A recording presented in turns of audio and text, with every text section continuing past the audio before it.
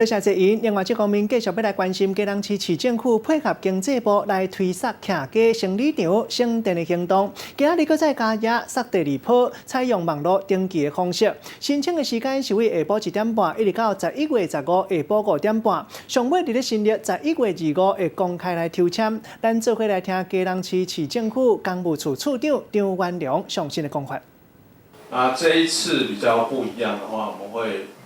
纯线上申请，就不会说民众还要来市政府这边排队等候。那电子化作业的部分，我们大概都测试过了，然后真的民众不知道要怎么申请的话，也可以电话询问，或是我们可以来公务处，我们有柜台，也会专人来协助。1、2级节能的冷暖气机、冰箱还有除湿机。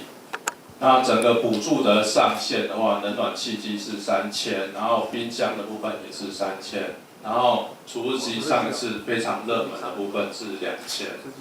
因为它有货物税的财政部有货物税的补助，然后整个额度我们大概有把它降下来，因为之前第一波大概可以上限20公升可以到8000，我们大概现在都是每公升到